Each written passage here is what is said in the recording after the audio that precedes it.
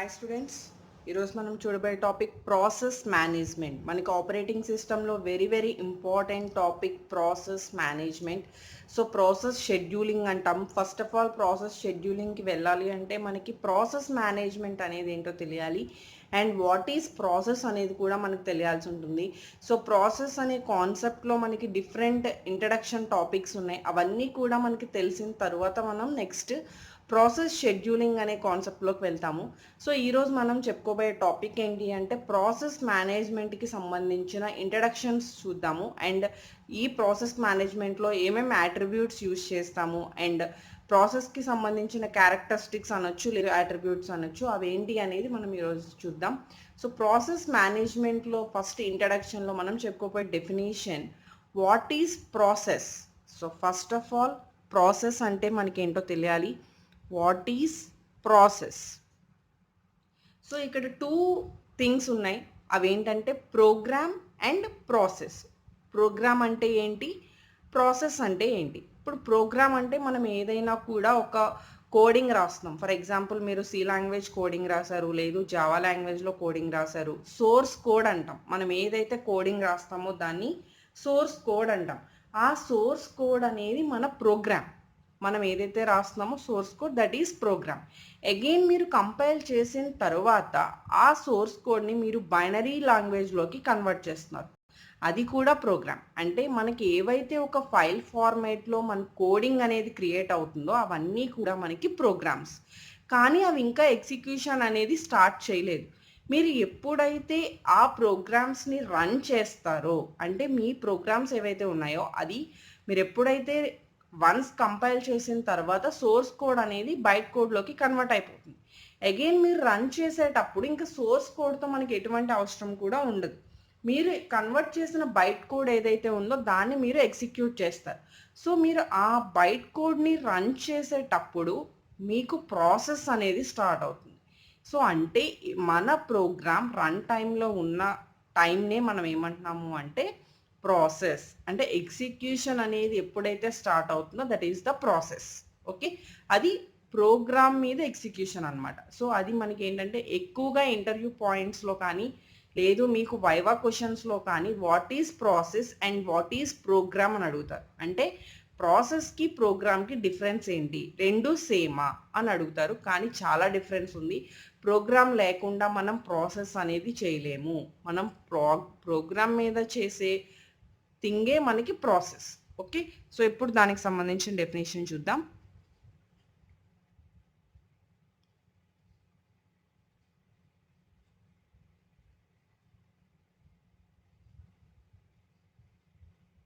In execution.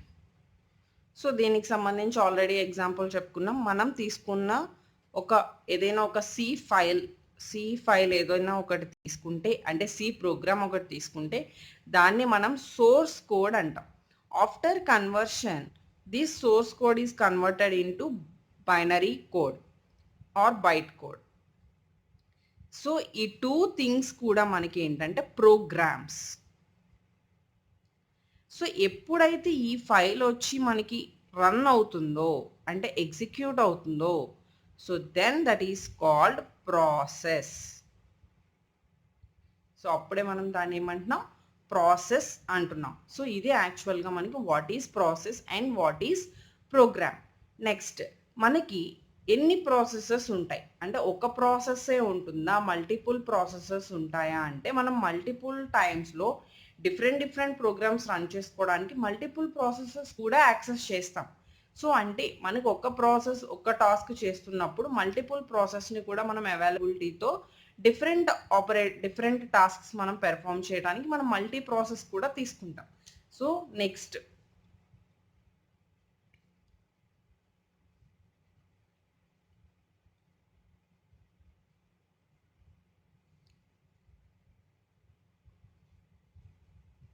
Okay program multiple times it creates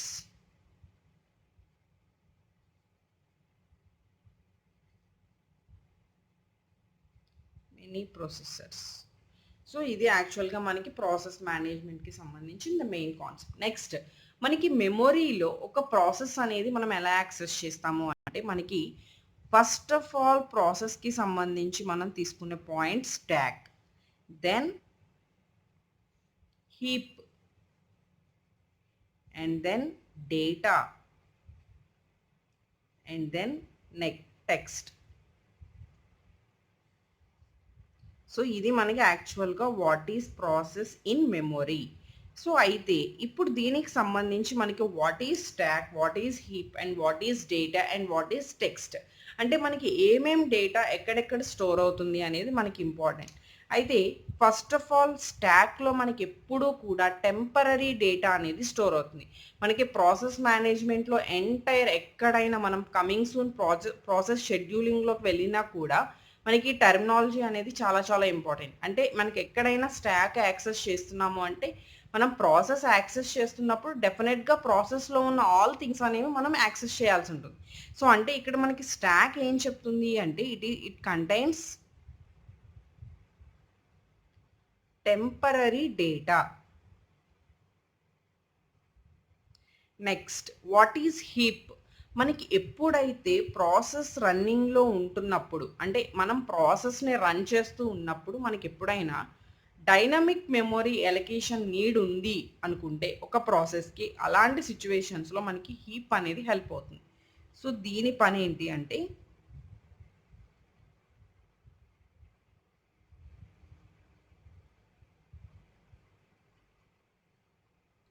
ఎలకేట్స్ dynamic memory. Dynamic అంటేనే మనకి run time, so it allocates dynamic memory. Next what is data. Data అంటే మనకి local data ఏముండదు ఇక్కడ. ప్రాసెస్లో ఉన్న డేటాలో మనకి ఎప్పుడూ కూడా గ్లోబల్ డేటా అనేది, గ్లోబల్ వేరియబుల్స్ అనేది మనం కంటైన్ చేస్తాము. So it contains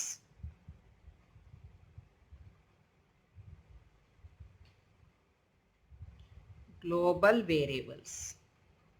next what is text. Text అంటే మనకి ప్రోగ్రామ్ కౌంటర్ అనేది మనం ఒకటి యూజ్ చేస్తాము, అది కమింగ్ సూన్ మీకు తెలుస్తుంది. సో ప్రోగ్రామ్ కౌంటర్ అనేది ప్రెజెంట్ దాని యొక్క యాక్టివిటీ అనేది మనకి ఇక్కడ టెక్స్ట్ అనేది రిఫర్ చేస్తుంది.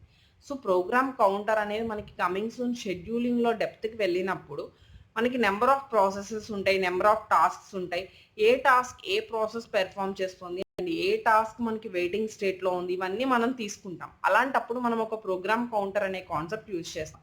సో ఆ ప్రోగ్రామ్ కౌంటర్ ప్రెజెంట్ ఏ యాక్టివిటీలో ఉంది అనేది చెప్పేదే ఇక్కడ టెక్స్ట్. సో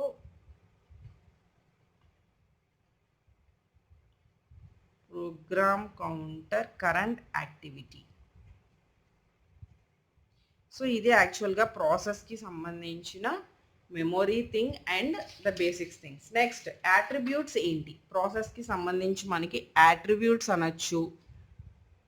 సో వీటిని ఇంకా అనదర్ నేమ్స్తో కాల్ చేయాలి అంటే క్యారెక్టరిస్టిక్స్ అనొచ్చు. ఒక ప్రాసెస్కి సంబంధించి attributes or characteristics or context of a process అన్నా కూడా మనకి ఇవే వస్తాయి. సో ఈ 3 థింగ్స్లో ఫస్ట్ ఆఫ్ ఆల్ మనకి ఏమేమి ఉన్నాయి, ఇందులో ఏమేమి మనకి కౌంట్ అవుతున్నాయి అంటే the first very very important thing process ID. అంటే మనకి ఈచ్ అండ్ ఎవ్రీ స్టూడెంట్కి ఒక స్టూడెంట్ ఐడి ఉంటుంది అండ్ డేటాబేస్లో కూడా మనం ఒక ప్రైమరీ ఐడితో మనం యాక్సెస్ చేస్తూ ఉంటాము. ఇక్కడ కూడా ఎందుకు ప్రాసెస్ ఐడి అంటే మనకి ఎక్కడైనా ఒక యూనిక్ థింగ్ లేకుండా మనం ఏది యాక్సెస్ చేయలేము, పర్ఫెక్ట్గా యాక్సెస్ చేయలేము. అంటే అక్కడ ఎక్కడైతే అంబిగ్యూటీ అక్కరైందో, డూప్లికేషన్ అక్కరైందో మనకి ప్రాబ్లం అనేది ఫేస్ చేస్తాం, యాక్యురసీ అనేది ఉండదు. ఫర్ ఎగ్జాంపుల్ మీరు కుమార్ అనే నేమ్ తీసుకుంటే కుమార్ అనే నేమ్తో చాలా మంది ఉంటారు, కానీ ఆ పర్సన్కి పర్టికులర్ ఐడెంటిఫికేషన్ నెంబర్, ఆధార్ నెంబరో లేకపోతే పాన్ నెంబరో ఏదైనా ఒక ఐడెంటిఫికేషన్ నెంబర్ తీసుకుంటే వాళ్ళిద్దరూ ఎంత ఎగ్జాక్ట్ మ్యాచ్ అయినా కూడా ఎక్కడో ఒక యూనిక్నెస్ అనేది ఉంటుంది. అంటే ద డిఫరెంట్ థింగ్ డూప్లికేషన్ లేకుండా యూనిక్నెస్ అనేదాన్ని ఏదో ఒకటి అనేది ఒక పర్సన్కి, ఇద్దరు పర్సన్స్కి మధ్యలో, 2 ఆబ్జెక్ట్స్కి మధ్యలో ఉంటుంది. అలానే మనకి ఇక్కడ మల్టీ ప్రాసెసెస్ అంటే నెంబర్ ఆఫ్ ప్రాసెసెస్ తీసుకున్నప్పుడు ప్రతి ప్రాసెస్కి కూడా ఒక ఐడెంటిఫికేషన్ నెంబర్ తీసుకుంటాం, that is nothing but process ID. ఆ ప్రాసెస్ ఐడి అనేది ఎప్పుడు యూనిక్గా ఉంటుంది. ఆ యూనిక్నెస్ని బేస్ చేసుకునే మనం ఏ ప్రాసెస్ ఏం చేస్తుంది అనేది మనం ఐడెంటిఫై చేయడం కోసం ఈ ప్రాసెస్ ఐడి అనే దాన్ని యూజ్ చేస్తాం. So this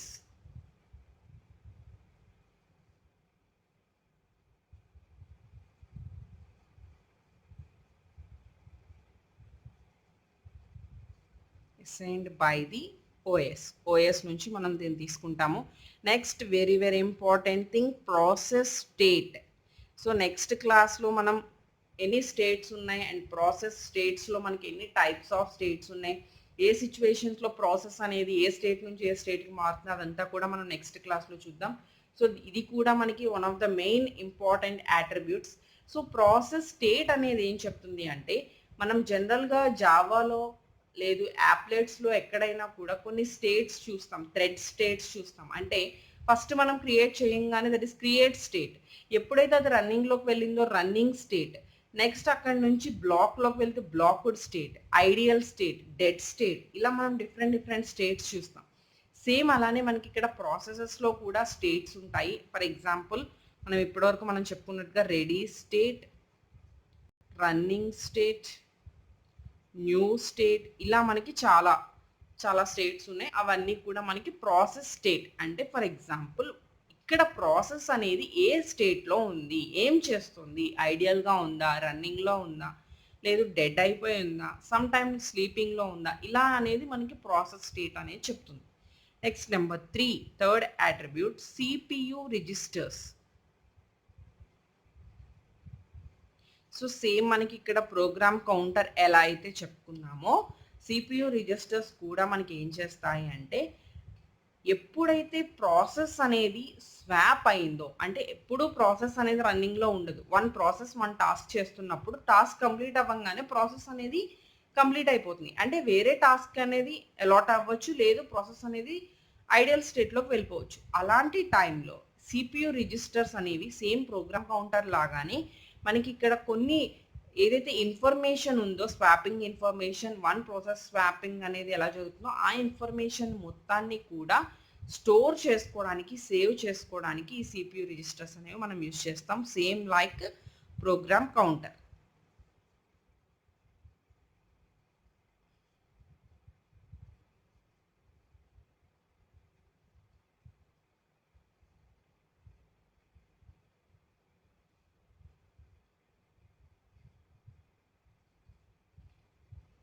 When a process is swapped or CPU నుంచి ఎప్పుడైతే ఇన్ అండ్ అవుట్ అయిందో దాన్ని మనం స్వాపింగ్ అంటాము. Next the fourth attribute input output status info. Fourth attribute వచ్చేసరికి మనకి ఇన్పుట్ అవుట్పుట్ స్టేటస్ ఇన్ఫో. మనకి ఒక ప్రాసెస్కి మనం ఒక డివైస్ అనేది అలొకేట్ చేసాం అనుకుందాం. ఫర్ ఎగ్జాంపుల్ ఆ డివైస్ అనేది అలొకేట్ అయ్యిందా ప్రాసెస్కి అంటే that is input output status. For example opening A file, అదొక ప్రాసెస్, అదొక టాస్క్. అలాంటివన్నీ కూడా మనకి ఇన్పుట్ అవుట్పుట్ స్టేటస్ ఇన్ఫోలో మనం మెన్షన్ చేసుకుంటూ వెళ్తాం. సో ఫర్ ఎగ్జాంపుల్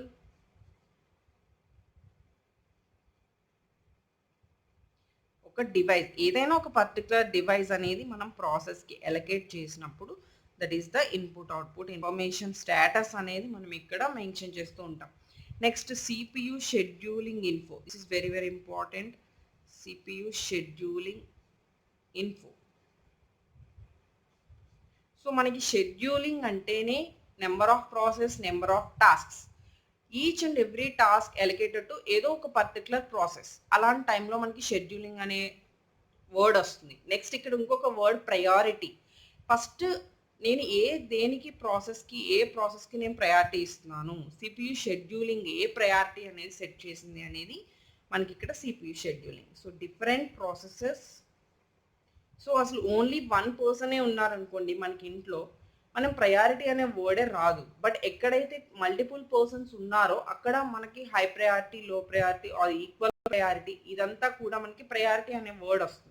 సేమ్ అలానే మనకి ప్రాసెసెస్లో కూడా నెంబర్ ఆఫ్ ప్రాసెసెస్ ఉన్నప్పుడు మాత్రమే మనకి ప్రయారిటీ అనేది, షెడ్యూలింగ్ అనేది నీడ్ అవుతుంది. So it may have different priorities.